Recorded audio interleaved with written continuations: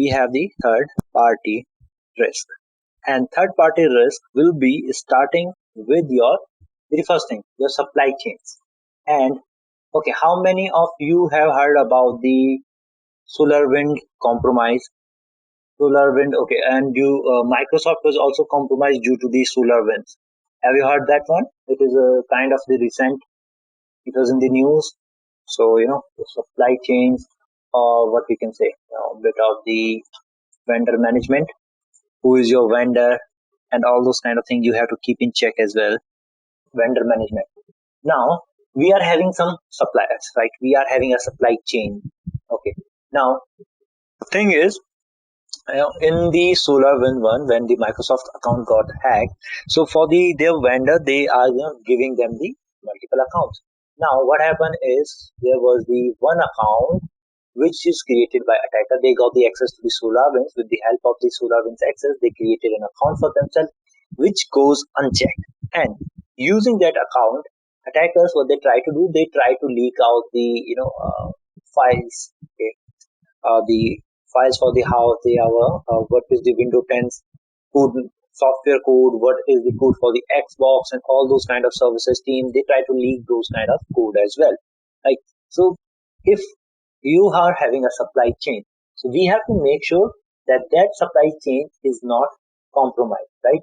So first thing is, there in the third party, which I can call the supply chain as well, we can have the vendor management. And what will be happening with the vendor management, you can just go ahead and go to the tender, tell your requirement that yes, they are properly doing their VM auditings, they are having the proper whatever you can say, security, VAPT is happening, auditing is happening, they are following proper, their product and services are completely intact, no one is breaching them, right?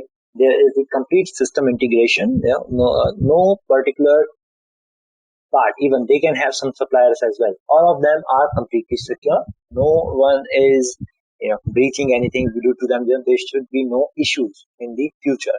So you have to make sure whenever you are choosing the vendor, there is a complete process. You are asking them for the auditing as well. You are asking them to go for the VAPT, just to make sure that no one is compromising them. Or you can just simply put that if you want to do the business with it, you have to follow this thing, and you have to show us your 3 years VAPT report, like that you have done this one, your auditing reports of 3 years, okay, just to trust them.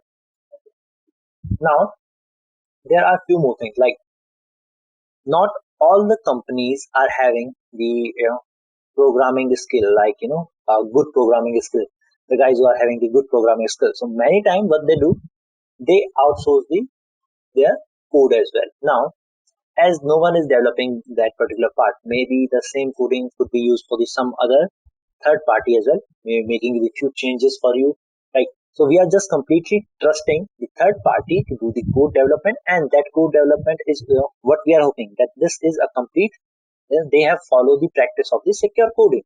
We are not going to hit any bumps in between here. So that could be the issue for us if we have to go ahead and patch those things by ourselves, because no one is having that kind of skills in our organization. So if you are outsourcing, make sure that with the vendor, they are providing you the what we call the support, right?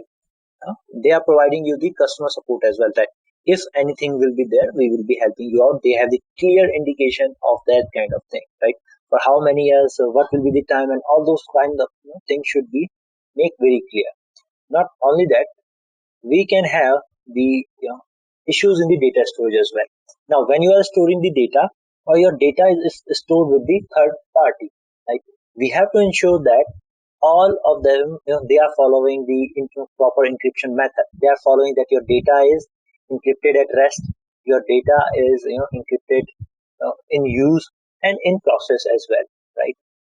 Data in rest, data in transition, and data in use. Okay, so all three states of your data is secure. Maybe you need to use the hashing protocol and all those kind of things. So if you are transferring from one end to another end, we will make sure that you take the hash of the data if any change you found, right? So that means someone has compromised with your data, so hashing and all the protocols you will be using. Okay. Now, impacts of changing the landscape.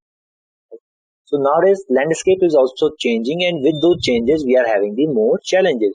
So next thing that we are facing is cloud based versus the on premise, right? So in the on premise we are having more control. So what we can do, we can implement the encryption, we can deploy the your different solutions. Like I can deploy the parameter security, DDoS protection, I can deploy the IDS, IPS and all those kind of things. Now uh, security in the cloud is going to be the shared responsibility, and kind of the service I'm using, that will be depending that what kind of security I need to apply. Like if I'm using the software as a service, so in the software as a service I don't need to focus a lot on the other things, right? A lot on the other things, like what I have written say that I just need to bring my data. I need to do the data and access management. That this is my data. I'm just feeding this data to your software. Like example for this software as a service is going to be your Office 365, Google, G Suite, right? Those even a simple example will be a Google Drive, right? Your Dropbox. Those are the example of software as a service. So I'm just bringing my data over there, storing my data. I am can create the multiple accounts that that this would be shared with these users. They have the different password, and let's just give them the access, right, that they can access this thing. So in that scenario, underlying operating system where that software is running, underlying networking, the physical data center, all will be the responsibility of your cloud service provider. But data and access management will be my responsibility.